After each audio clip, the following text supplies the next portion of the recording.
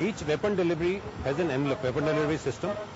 The bombs are not supposed to be released higher above a height of 20,000 feet. The average target height was, say, 7,000-8,000 feet above AGL, above ground level. There were hill features at 15,000 feet above that, and we had to avoid the shoulder-fired missiles, which went another 10,000 feet. So looking from top, our targets were about 4 to 5 kilometers down, vertically down. And the aircraft was not meant to fire, the weapons are not meant to fire. So we had to innovate. This man and his team were at the forefront of innovation. The pod that you see behind me hanging from the wings is one of them. It guided the bombs directly into Pakistani targets. There are several other innovations that the Indian Air Force did.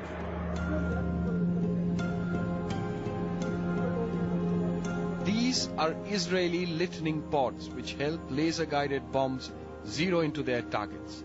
But when the Kargil conflict broke out in 1999, India had only few such laser-guided bombs to be used in case of a full-scale war. But the Air Force is nothing if not innovative. It was time to unlock the creativity. It was left to Ravi and his men to marry normal bombs with the additional pods and transform them into precision-guided weapons. We had just then acquired the lightning laser recognition pod, and it was just the new induction of these pods. These lightning pods were very useful to us in carrying out these type of precision, or what you call surgical strikes. And effectively this weapon, a 1,000-pounder with these kits, becomes what is called as a precision-guided munition. For these pilots, it was like being back to basics.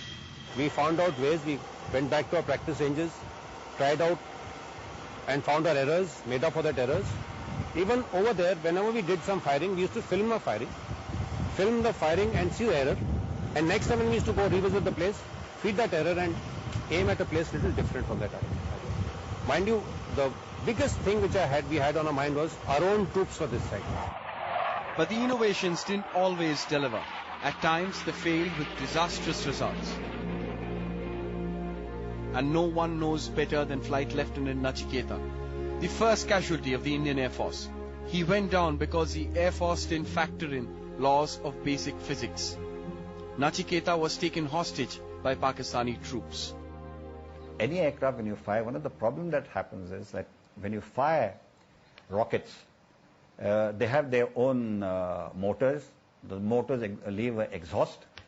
Now, if that exhaust is too strong and the aircraft is firing in rarefied atmosphere, then what you could have is that you could get an air intake choking. That means you don't get adequate airflow into the intake, and therefore you can get intake surge. It can lead to engine surge, and therefore you have a flame out. And in fact, therefore, firing rockets in salvo, in large salvos, from this is not advocated. We had to do it, but we didn't realize at that time that if this would happen, of course, it's all given in the books. Picking up targets from as high as 15 to 20,000 feet and taking down Pakistani posts wasn't without a human cost. This is the missing man formation. Look closely, there is an aircraft missing. A tribute today by air warriors to remember those who fell during the Kargil War.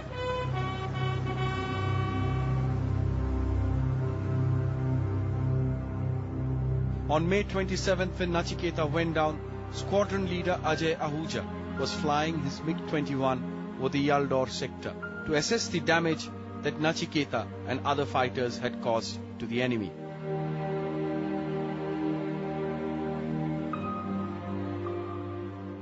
That is the time the RT call came, and he was told to, he said, the leader of the MiG-27 mission, Mandkot, he said, my number 2 is ejected. Can somebody come and replace me in this place to direct the rescue effort? So he said, yeah, I have the coordinates, because that was the same target. So he went out there and he started orbiting with Reddy, who was number 2. And during the operation, he located the wreckage. He started speaking to a helicopter. Unfortunately for Ahuja, the helicopter he thought he was directing to rescue Nachiketa did not turn up. It now emerges that the helicopter Ahuja was directing was an army helicopter, which wasn't on a rescue mission. As Ahuja kept circling, waiting for help, he proved to be an easy target.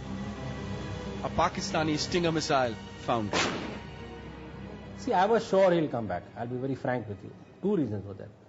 One is he had already ejected in a MiG-23 BN over range. And he had done 2 tenures in Siachen as a forward air controller. So I said he will come back because he will eject and he will survive. He knows how to operate in that area and he will come back. And what I did not factor that if he, they'll kill him. I mean, that is one part of Geneva Convention that you don't expect the other side to violate. There was more bad news. The very next day, the Indian Air Force was to suffer another blow. This time, a Mi-17 helicopter. As soon as I struck 5140, we turned, thereafter number 2 hit. Number 3 also struck, the salvo was 128 rockets. But very unfortunate that Pundir and Muhilan, their aircraft, after it struck and it turned, that's the time they got engaged by the Stinger missile. It now emerges that Squadron Leader Pundir and Flight Lieutenant Muhilan didn't even have basic protection, yet they were sent in. Now here when this helicopter also went, there were 4 helicopters. Some or the other, they didn't have the infrared flares for the 4th aircraft. They had no business to send that aircraft. It was the 28th of May. Squadron Leader Ahuja, Squadron Leader Pundir, Flight Lieutenant Muhilan, Sergeant Prasad and Sergeant Sahu had been shot down. Helicopter operations came to a standstill. The fighters continued to pound the hills. But Pakistan faced another threat, that from the sea.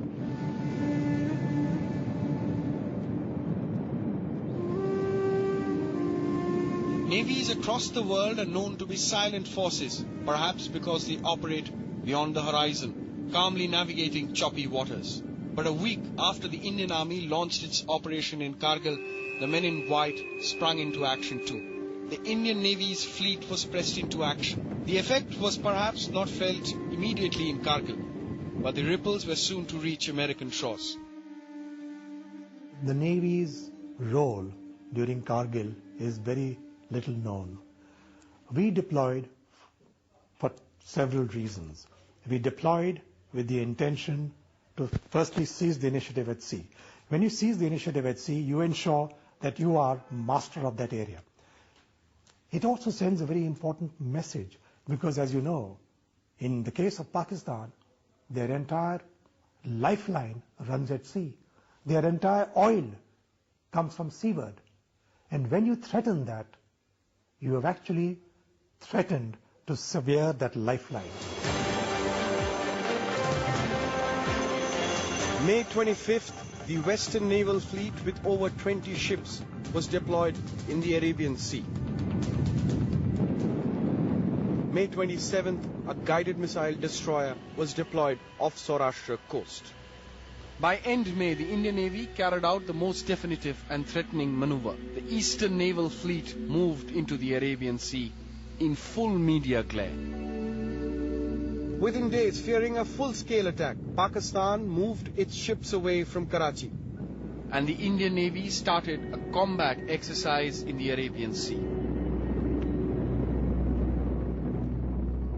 The amphibious brigade, capable of striking from sea to land, moved from Port Blair to the western coast, and the details were released to the media. But that's not all. The Navy also deployed ships in the Gulf of Aden, through which most of global oil passes, forcing Pakistan to escort all its tankers. It was mid-July 1999. Pakistan faced relentless ground and air attacks and was encircled at sea. The United States, which so far had been ambivalent, was forced to react. Its then President, Bill Clinton, was later to record this in his memoir, My Life.